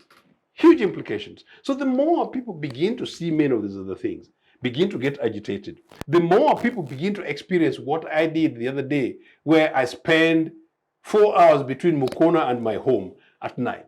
When I leave Kampala and to my home, I spend 3 hours at night because of traffic. You begin to ask what is going on. So the more you question, should have used the bypass. You should use the bypass. Or Namiliango. I know what it. Or Misinde Jogoro. By the way, I know what you're trying to say. The bypass was a UPC project which they failed to order permit. But the quick story. It's important because the Kenya thing is called cost of living. Cost of living. So I'm just giving it a holistic, broader aspect. Now, in Kenya, it's relatively better than here. So if it were to happen here, it would be far much more worse. Yes. Thank you, Joseph. Chris, do you think, and Charity did highlight on this, the restraint from the security forces. Of course, besides them coming in those very nice-looking horses, is that they were they had restraint, in fact. So do you think Kenyans learned something from 2007? But also that now they have, there is an ICC hammer hanging over their shoulders, and therefore they are now more careful than they were in 2007. So do you think that they are more conscious than they were? You see, by the way, the guarantors, democracy, I have always told people, is a global norm. It is a culture. It is the consciousness of the people, you see? It even has a track record. Democracy, anyway, in America, it was bloody. It was blood. Democracy in America was built out of blood, the Civil War. In the UK, where Ochieno has been talking about polling stations, in the UK, we also know that, in fact, the reason, in France, next door, there was a revolution. It is. Even up to now, they are saying 1789 revolution. they beheaded. What actually cushioned the UK was the 1213 Magna Carta, which was a kind of political settlement between the serfs and the lords, you know. And then, in fact, that is the reason why they say the Bourbon monarchy in France learned nothing and forgot nothing. Because if they had done a similar Magna Carta, they would have actually. So democratization is what I'm actually trying to say is that democratization is a process. You see, and you see, you only solve democracy problems with even more democracy. You see. That is actually the solution to democracy. Even all these societies have been very polarized. You know, even the German state was actually created until a unification. Likewise, Italy. In UK, Ireland wanted to split because the UK project was not working. You know, MacDonald and his Irish Revolution. These countries have been unstable. The English, the Anti-Corn Law League, I'm sure this is something we are really aware of. So contestations within a nation state is something that continuously happens. And don't think that conflict is going to end today. Conflict, even tomorrow there will be conflict. Even when we get the new world order that the left is talking about. It's coming. Maybe what will differ are the fault lines. Yes, yes, the fault lines. So even if the new world order is still also going to, but now the problem they make is the failure of capitalism and neoliberalism is because of its. Anyway, I know one thing. They say the road to hell is paved by good intentions. that is a fact. The road to hell is paved by good intentions. The intentions of neoliberalism were definitely better. What were they telling you? That we should have a minimalist state, restrict the state to public goods. And once the public goods are provided, it is also your individual responsibility as a citizen to sort out your other issues. The state should not come and feed your children. Public goods like what? Sorry? Public goods like what? Public good. Rule of law is a public good. What else? Social services are public goods. You see? Yes. So, and you see, why? Because they run on an ideology of liberty and choice.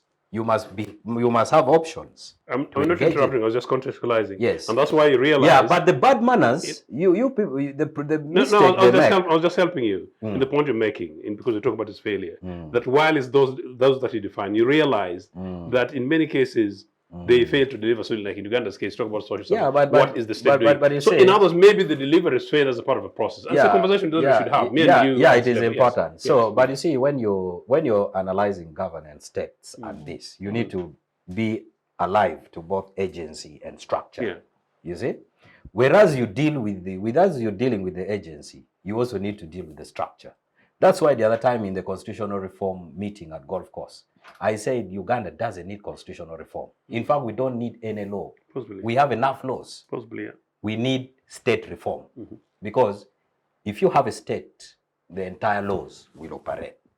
And my diagnosis was that if we can establish a constitutional democracy, if Uganda can become because Uganda now is a constitutional liberalism, where there are some laws that function, rule of law functions, to the extent that the interest of the political elite is not interested. So that is a constitutional liberalism. Who gave it to us? The British. And that has been the software running in the state. But if we can reform the state and say, let's have a proper democracy where even citizens understand their responsibility. Because even citizens, I don't think they understand their responsibility. You elect someone because of alcohol and you think that is an election result. No. We need to be very serious. Addressing Uganda's problem. or addressing Africa's problem should also be to tell the citizen that, you see, you're also not yet ready for democracy. You see? Because democracy precedes a democratic citizenry. You can't have a democracy without without citizens who understands their responsibility in a democracy. And I think these are very honest conversations to have.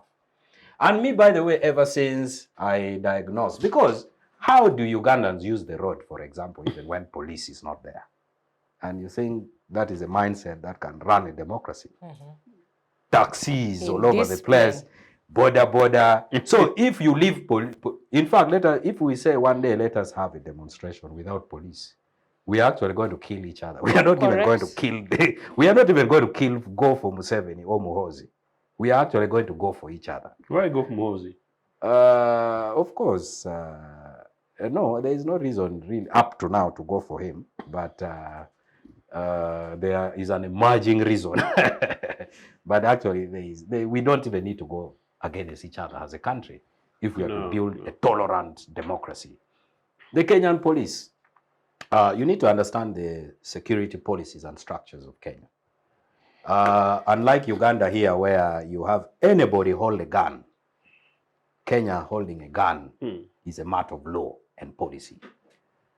For us here, we see expos, all these guard group companies with guns. But in Kenya, man, to hold a gun and even appear with it in public is a matter of state policy. You see? That is why the Kenyan security forces are more restrained. Even in post-election violence in Kenya. In fact, the people accused were again the Uhurus for using Mungiki. You see? Ruto for manipulating the same Kibera boys, the Langata slum dwellers, urban poor. Matharian. Yes, the Matharians, the one Joseph was talking about. Those are the guys they manipulated and fought against each other. And you see, the Kenyan security is a very careful security because they understand that they are the guarantors of the state. You see? But also, I don't also want people to be romantic about the Kenyan security, because if the state is going to fall, the Kenyan security will not allow it to fall. Because in a state, one person must monopolize violence, and that is the state itself. That is Thomas Hobbes. Yeah. Yeah, and thank you, Chris. You've done very good justice in terms of breaking that down. But the aspect of the International Criminal Court, do you think that the proceedings of 2008 still hold an impact regarding Kenya's political trajectory and terrain? Are they cognizant of that particular incident? Yes, of course. That's the reason why Raila did not go to, even when the election was close. That's the reason why Raila did not go, because he knows post-election violence has ended in ICC before. Yes. And the funny one is the other one did not have any court pronouncement. This one had a court pronouncement. Okay. And so they really have to be careful, yeah. And I think that one, in fact, ICC is just a police of Kenyan democracy, yeah. Okay, thank you, Chris. Charity, you make the argument of inclusion, and perhaps rightly so. But inclusion vis-a-vis accountability and democracy doesn't the Kenyan citizen stand to benefit with a vibrant opposition wing of the country? Because when you advocate for inclusion, then you advocate for things like maybe a broad-based government, or maybe a joint government, or maybe a handshake, or I don't know what you mean by that. But my own understanding is that you want to bring even those who lost the election to the table of governance. But then where does that leave accountability and democracy? You see, accountability and democracy work in tandem. They are hand in hand. So the principles that govern democracy also push for accountability. You have a space where you ask your leader to account, because you're sending them there to act on your behalf. And you're sending them there that you will ask them why they are not delivering what they promised you. And we started at the point of where we said that Ruto promised the hustler As soon as I take over, it is your time to eat. And the question is, why haven't we eaten? It's more than 100 days in office. Do you think that if Raila had been included in the Kenya Kwanza government, he would be still holding demonstrations like this? And at the point of the end of election, I don't think it was easy for him to allow to have been included in the Kwanza government. The likelihood of him having stayed out was higher. But okay, if he had been included, it's also possible that he would have continued to agitate for some average changes. Like, for example, IEBC would not be just selection for people who fit Ruto. No, he would not accept that even if he was in government now. He would still push for a more inclusive process of where all stakeholders are consulted on who is at IEBC, because he believed in the reforms that happened before this government happened. So even if he was within, he would still push for a legitimate process to produce an electoral body that can deliver democracy. Even if he was within, he would not accept tribalism. As a person, he is known to try as much as possible not to push the tribal card. Although, when he was going to be president, they kept saying that for once now the Odinga are coming to take over, and when they take over, the Kikuyu are finished for life. And I think that is not circumcised. The Kikuyu cannot vote for someone not circumcised. That was one of the biggest threats in Kenya, and it would never go away. So even if he came, even if he was part of this government, he would be compromised a bit. I don't think that the civil service would have only mainly Kalenjins and people aligned to Ruto's thinking taking over those positions. I think he would still push for the process of legitimacy. Even if it is from Odinga's tribe, who is legitimate to take the job, they take it. If it is a Kikuyu, they take it. But he would push for legitimacy because he is a statesman. Remember that as well, that even if he is the side, he has some things he has to give back to the people. So I don't think entirely that if he was part of Ruto's government, then he would not be pushing for accountability the way he's pushing for it. Only he would be pushing for it internally within the system, and maybe it would not be violent, so the people would not be as involved as they are right now. So the format for pushing for that accountability would be different. But the craft of the man, Odinga, would not change because he belongs to Ruto's government now. Okay, thank you. Joseph, there is a school of thought that thinks that the 2007 post-election violence and the way it was handled and the peace resolution therein was partly orchestrated by President Museveni, that he was the mastermind behind how best can the Mwai Kibaki camp vis-a-vis the Raila Odinga camp, how can they come together? It is said that he was part of that process. So do you think it's about time that the big brothers in the region, like President Museveni, like maybe Jakaya Kikwete, came in to Suhulo? I don't want to sound controversial, but I think she is fairly new in the political scenes of the region. But I mean, but she has done a good thing for Tanzania. Yeah, she has. But she's a head of state in her right. Yes, and I agree. But I'm talking about people who have lived and seen and been there. That's why I'm very careful with the names. Jakaya Kikwete and so do you think it is about time that they came into the boardroom and said, guys, look here, we have a region to build, and this internal conflict is just not working for us?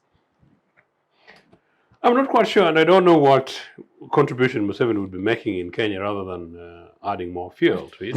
No, I gave the incident of 2007. Yeah, I know. He played a crucial role. I know, but I'm First not. of all, the thing he helped Ruto rig the election. So Museveni, I think. Come again? Museveni is a very. People think he helped Ruto rig the election. Yeah. So I'm just trying. And I was coming to that. Museveni is a very unpopular name in Nairobi, or at least certain sections of Nairobi. He's very revered in certain sections of Nairobi. allegedly for some of his contributions. I don't know what those contributions are. So I'm not quite sure Museveni is a credible peace builder and peacemaker there. But also then come to the post-election violence in Kenya. I was distant, but very followed it closely. Again, in terms of the mathematics that got played, I think I would give it more to the Tanzanians and then actually to distant players like the Kofi Annans and other Africans than bring it back to Kampala.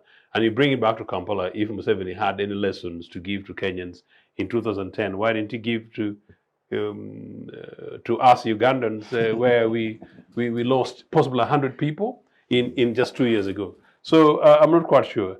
But no, whether it's Museveni and Kikwete and others or not, I think the timing is still such that the best lesson is telephone conversations to Ruto, that Ruto made election promises and he has not committed themselves. He has not committed them. But this is only 6 months. I mean, cut him some slack, guys. More than 100 days. Does it take 1 minute? 6 months or 5 years. Moses, does it take 1 minute to make an announcement on a tax cut? Does it take 1 day to make a considered position as a cabinet to reduce fuel prices? Does it take those James? Sorry, Joseph. You are simplifying those issues. No, I'm not. But you don't wake up one day and just cut taxes. There are far-reaching implications. You're scaring. Change the civil service the way you choose to want to change it. And make appointments. That I agree with you. But now things like tax regimes need a lot of economic evaluation. And the attorney and you change the leaders of the police and You've been a vice president. You've been a vice president. You've been a very sharp guy, sometimes positively and negatively, around Moi, and you make promises, electoral promises, and you actually commit that this is what I'm going to do in my day 1 week, 100 days, and you don't deliver. No, we can't let Ruto get away with this. It's Ruto's responsibility, and that's why I say it's actually easy for Ruto. He should not even. Museveni is too old. He can't even tell people to stop stealing in Uganda. So I think we should spare the man and leave Nairobi. Ruto is a young, energetic man, still excessively ambitious to the extent that he still wants to change the constitution so that he rules like Museveni for a long time. It is in Ruto's calling to wake up tomorrow, go and say, you, the people of Kenya, I have heard you. I made these promises. These are what I can do. I made these promises. These are what I cannot do for reasons ABCD. I know you are angry. I am sorry about ABCD. The police and the security services operated excessively in ABCD. They did this. In cases of my dear friends in the political opposition, guys, I am sorry, or maybe let's have a conversation. That is in his taking and particular. More than 2 or 3 times, even when he presented about the hospitals and what he had promised, and those hospitals changed. We saw the general hospital, which looks like Mulago Hospital, the Kenyatta Hospital, change. And now women prefer to go to that main hospital. Uhuru did that. And he continued the project of roads from Kibaki, even though Kenyans kept saying, no, you didn't come with your own project. You're just continuing what Kibaki started. He said, it's all right. It is for the benefit of Kenyans. So this is what Ruto needs to do. At the moment, that's what he needs to do, and he needs to continue with that. So even for Kikwete has got his business trying to transform Tanzania. By the way, I envy Tanzanians, man. And I was in Tanzania the other time, and the roads are crooked. Now Tanzania and Dar es Salaam. But Tanzania is now middle income. Uganda. What do some people smoke, and what have been smoked on the people for Uganda, so that we can live like this? Kenyans can go ahead and demonstrate for their basic rights, including for the price of mili. Here in Uganda, we think demonstration I will tell you the problem is a crime. Actually, we think it's a sin. I'll tell you the problem with Uganda.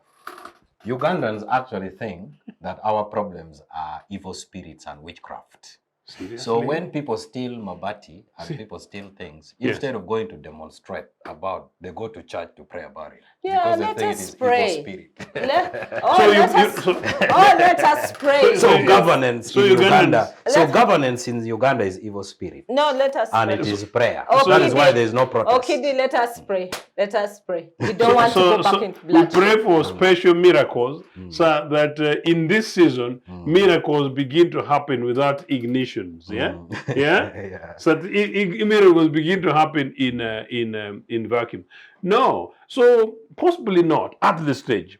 And to be fair, it's not yet at that stage. But number two, if the opposition have said that we're going to demonstrate every week, it's actually genuinely a democratic right. And by the way, I'm pushing because I've got an interest in this. And my interest is this.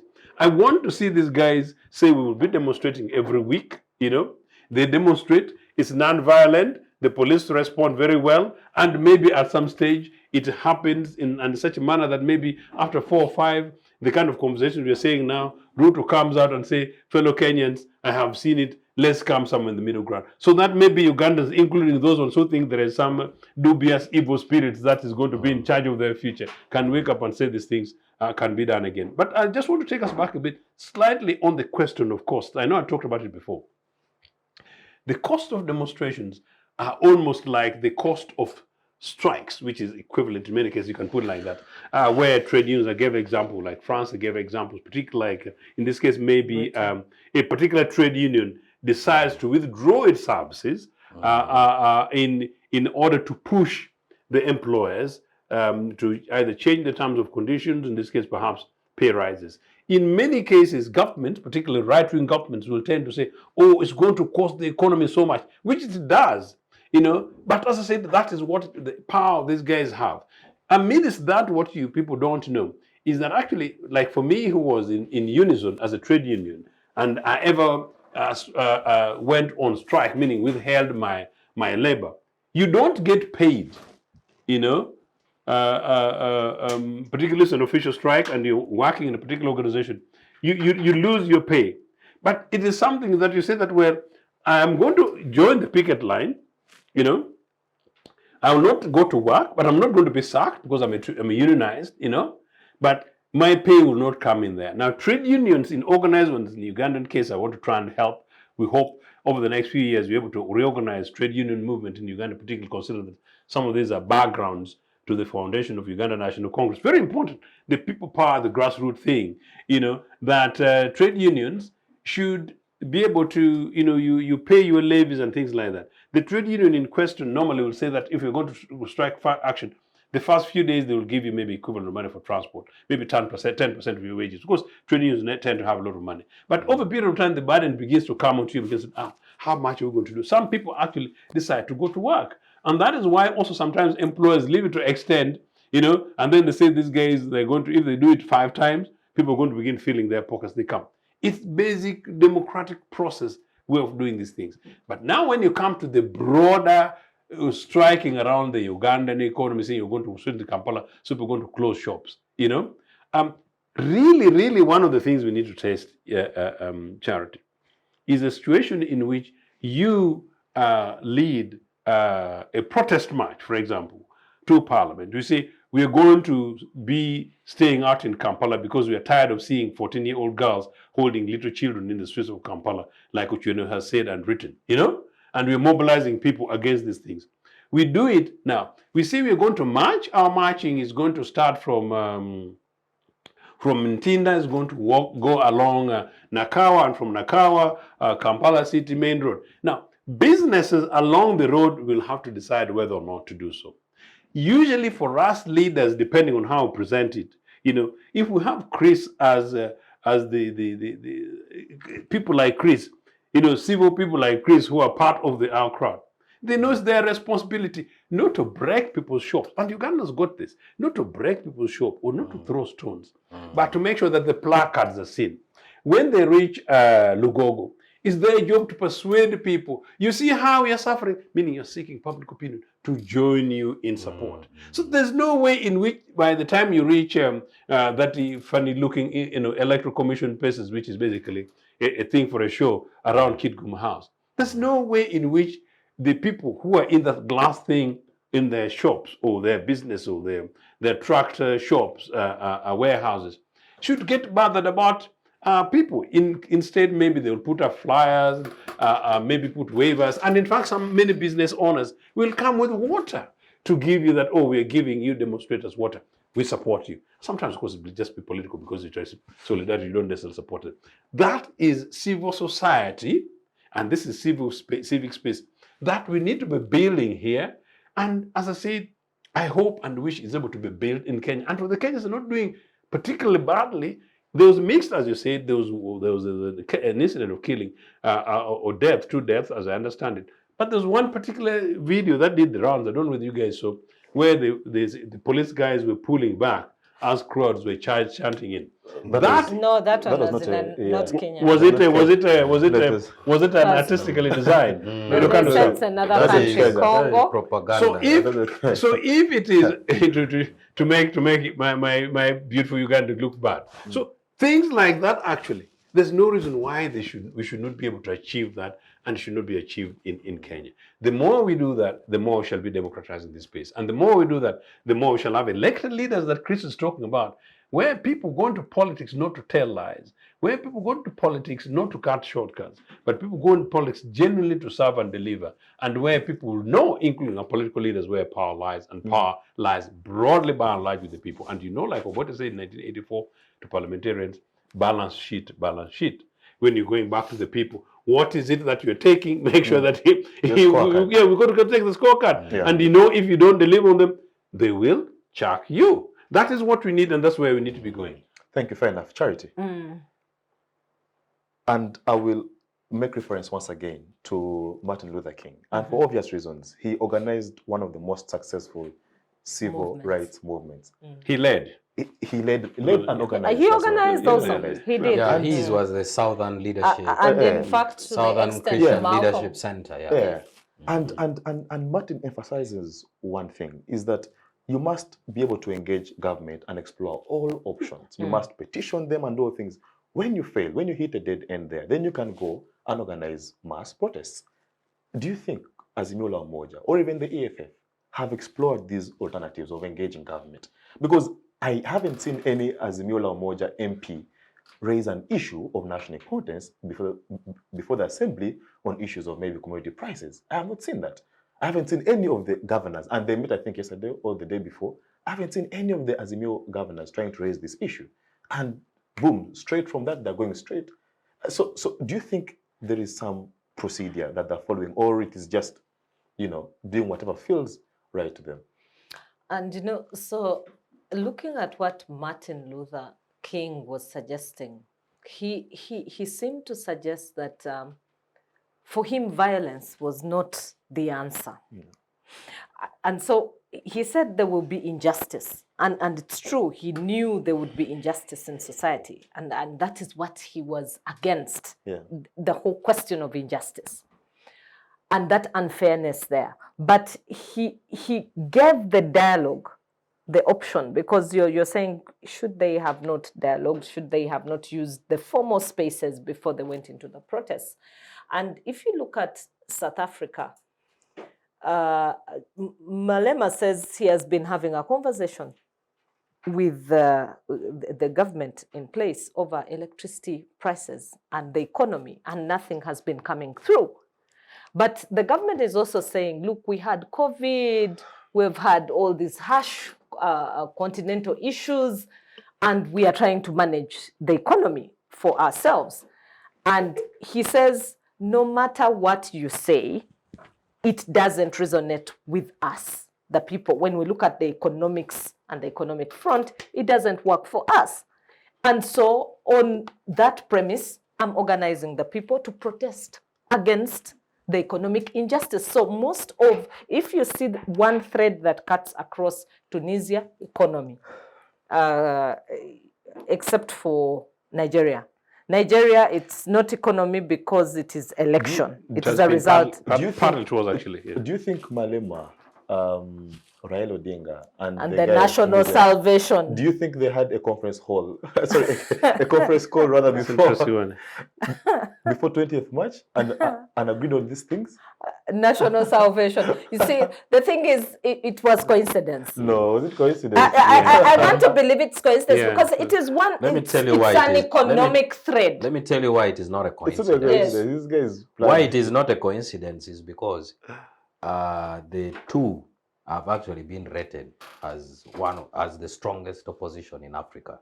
Raila In fact, yes. and, In fact, Julius. yes. Then Riek Machar. Yes. Yes, those are the three leading, most serious, So you think they respected talk? opposition. They must, They talk and speak. certainly they must be A talking, conference but, call. but you know, what is okay? The issues of Kenya were about 4 or 5 of them, but when you look at the issues of South Africa, there are 2 that the man is fronting. But the common thread across all is economy. Yeah. The economic Which is what I question. was talking about, yes. It's the one thing you will see in Tunisia with that the is- national salvation. You're seeing it, except Nigeria, Because the for election. it is mainly Electoral. the election. And the election, of course, had many more factors than just the economic But sort of question. say, of course, actually leading to the elections, Yes. those issues of the But currencies, even Yes, elections, currencies, yes, yes. even Yes. and elections the governing is party tied is to related, so in a way questions. linked. There yes. was a question of Yeah, currencies, and it still rides on Yes, even up yes, to now. The yes, question yes. of currencies is still big, and they're trying to see how to resolve that. Sympathy, yes. So then you ask Moses, you lost me there 1 minute, but you asked that what then do we see from these protests in That terms of Maybe did they talk Martin together? Oh, yeah. Luther. Martin Luther, yeah. King? Have they Explored explored all the options, all the options of fast negotiating? I think when it gets to questions of economic stay, how much can you negotiate? Can you wait?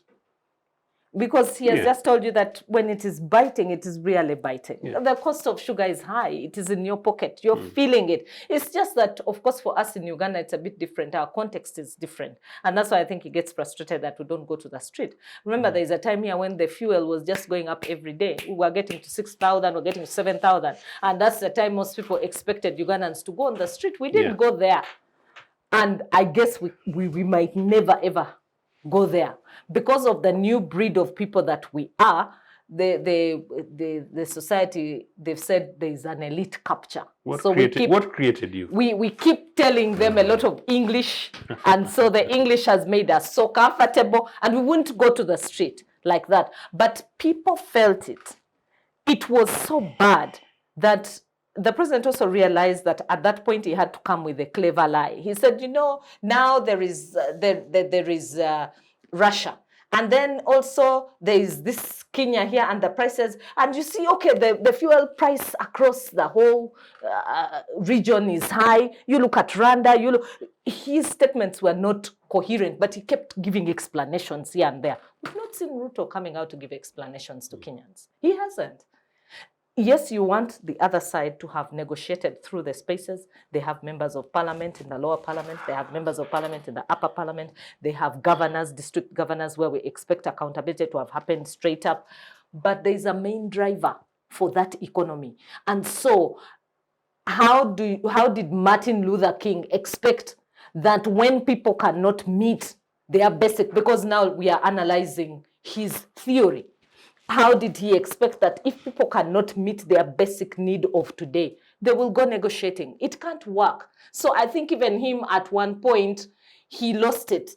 But he believed that injustice must be spoken about. Yeah. So still, we can still pick that very man, Martin Luther King, and say his bigger mission was a message against injustice, no matter the avenue. Whether you negotiate, you go and protest, you speak about it, make sure that that injustice there comes to an end. And for South Africa, I'm happy that Ramaphosa recognizes that they protested during the time of apartheid. They fought for a space when they can be recognized that when they are protesting about an issue, it must be respected. I think what his government needs to do is also to respond to the economic question. So even if these opposition leaders have had a conversation, and let's assume they will continue to have conversations with many other African states, what needs to emerge from the protests that we are seeing growing across the African continent, and they're not going to go down because the economics is not improving tomorrow, You've seen cryptocurrency banks collapsing in the US. You've seen a new world order that these gentlemen have talked about, China coming on board. You've seen BRICS being threatened to come on board. Russia is still continuing with its agenda. So with all this global politics that is taking place, the African continent, and of course Congo, our brothers, the interest and the mineral and what is there, these protests are going to be propagated even by external forces. So they are going to grow. What needs to happen with the governments right now is to find response mechanisms to the needs of the people. Speak to the needs, speak to the creed, speak to what the issue is, and we find a minimum level in which we can govern ourselves. Otherwise, we are at a point of where it is very tender and we all can be crushed by any external or internal force. Thank you. Chris, as we wrap this up, is that we have seen the church in Kenya coming out very strongly and saying that we want to see those servers opened. How do you evaluate? Repeat that. We want? We have Servers. seen churches and church leaders in Kenya coming out to say that we need we need the servers open so we can have a look at those DRR forms and whatever it is. So just speak to the role of civil society in terms of nurturing a democracy. Yeah, by the way, civil society is very important. And I always tell people that there is liberal civil society and illiberal civil society. Do you know Joseph Kony was a civil society? Yes, because you see, in illiberal democracies, Farid Zakaria has argued that when you control the space, people cannot organize, people cannot engage, then you're going to create room for an illiberal civil society. You see, and he says that because in the Arab world, because the space there is controlled, people cannot organize, civil society cannot engage. That is now why you have Muslim Brotherhood, Hezbollah, to fill the void, because nature abhors a vacuum. So if you don't have a proper if you cannot provide space for a proper civil society to organize, then you're going to have a liberal civil society like rebel groups. And let's not floss about this. Rebel groups are illiberal civil societies because they are actually operating within the voluntary sector also. You see? So, but in Kenya has been cushioned by a strong civil society. The Kenyan democracy has been cushioned by strong civil society. And also Kenya got to the point of building this democracy because of its civil society. I want you to get interested in how the intelligentsia, the civil society emerged in Kenya and their role in all these democratization processes. Whereas you credit Odinga, Odingo Ginga, man, you also credit the Paul Muites, the intelligentsia, the civil society there. Yes. We have The also seen Tomboyas. it. Yeah, we have also seen it in organization. Tom Boyer with his opinion poll. Yes, we've also seen it even in Kenya itself. So, but anyway, to come to the whole point, civil society is very essential aspect of democracy.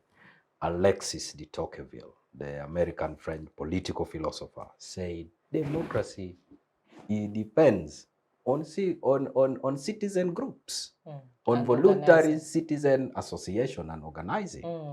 And that is the same script. The de Tocqueville script was the same script that was used to build the American democracy that all of us talk about, and France and the West. So, and in Kenya, by the way, I don't know if you remember, was it AfriCorp? But one of those civil society organizations. You know, when there is always election petition, civil society is always there as Amisai Kuri. Amicus Curiae. Yes, as Amisai Kuri. So they are always there and as friends of the court, helping also in some of this inquiry. And me, I think they have done really. Imagine the absence Kenyan of civil society. said Ruto had won the election. So what is Raila saying? But Because the Kenyan civil society said for us, after we did the PVT, because for them they're allowed to do PVTs, which is different from Uganda, they said Ruto returned as the winner. So now for me, from a question of legitimacy. But you see, that is why civil society is important to cushion society. Because remember, the role of civil society, there are 3 sectors within a state. Chris, as you give us your last words. Yes, my last word. There are 3 sectors within the state. There is the government sector, there is the private sector, which is the market, and there's the civil society. Now, the civil society is a watchdog because the 2 sectors can potentially collude. The market and government can potentially collude. And when you see Raila Odinga saying we are going to really Safaricom, make sure that don't buy Safaricom. Even the other time in the last election, don't read Star newspaper. Last time was don't take Brookside milk. Yeah. And then it brought a BBI. Economic sabotage. Yes, economic. And then it brought a BBI. So civil society is a watchdog, which is supposed to check the 2 from collision. The only question is now, who checks the watchdog? Okay. Yeah. Chris, who just give us your last words. Our time is fast spent. So in 1 minute, just your parting shots. Yeah. For me, my parting shots is that, well, we are, of course, headed to in a more difficult time. We look at the global politics, and this global politics requires us to now become proper citizens. Because if you are not a proper citizen who does not understand your rights, you don't understand your duty, you're actually going to be part of a compredo agenda, either locally or globally, and then you'll destroy your state. And I think Ugandans need to now, this is the time we need to understand citizenship and take citizenship serious and cushion this country from flames or from burning, because we are in a melting pot. So we shouldn't be like the rest of the country. But that does not mean there shouldn't be protests. We need to build our capacity to do constructive protests and also ensure that protests do not destroy the economy. Even the UK, where Ochieno is talking about, I don't know if you're aware that they were discussing a Public Order Management Act. Yeah. Yeah, because I think the West also now wants to have constructive demonstration. Thank you. Yes, thank you. Yes, Charity, your last words. I think my parting shots are, in terms of democracy, Chris said something which I want to stick with, that an active citizenry precedes a good democracy. And that until we get to a level, as citizens, not only of Uganda, but also the African citizenry, because it looks like the West superimposed democracy on us. And that is why there's been a discussion around Africa where they said, maybe we need to craft an African democracy, or a democracy that works for the African people and that meets our aspirations and our values the way we understand them. The whole idea is, can the African people understand the principles that govern democracy? And even if we had to craft principles that are close to those ones, craft them that fit within the democratic principles. Because democracy has been tried. It is better than war. It's better than violence. It's better than genocide. So in terms of protests, we can have them. Peaceful assemblies, tolerance, can we have those principles live with us, such that alternative voices help us to become better people, and we have better governance systems for the good of all of us. Yes, Congressman, your last word, sir. I hope that these protests reawaken those in power across the African continent, that the primary jobs are to protect the lives and properties of the citizens of this continent, and that their primary responsibilities are to act as enabling parents, as nation-state leaders, and so therefore that whatever policies they think of promulgating, there should be policies that are citizen-driven. In this case, for nation-states that have already started with with the strikes and demand for cost of living reforms, that those in power respond positively.